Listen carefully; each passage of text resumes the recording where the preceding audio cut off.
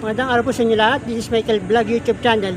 Ngayon, nandito po tayo sa may Luneta. Dito po yung pasalan ng mga tao araw-araw, tuwing hapon, umaga at gabi. Kaso nga lang ngayon, hindi tayo makapunta doon kasi mainit pa. Kaya dito muna tayo mag-vlog.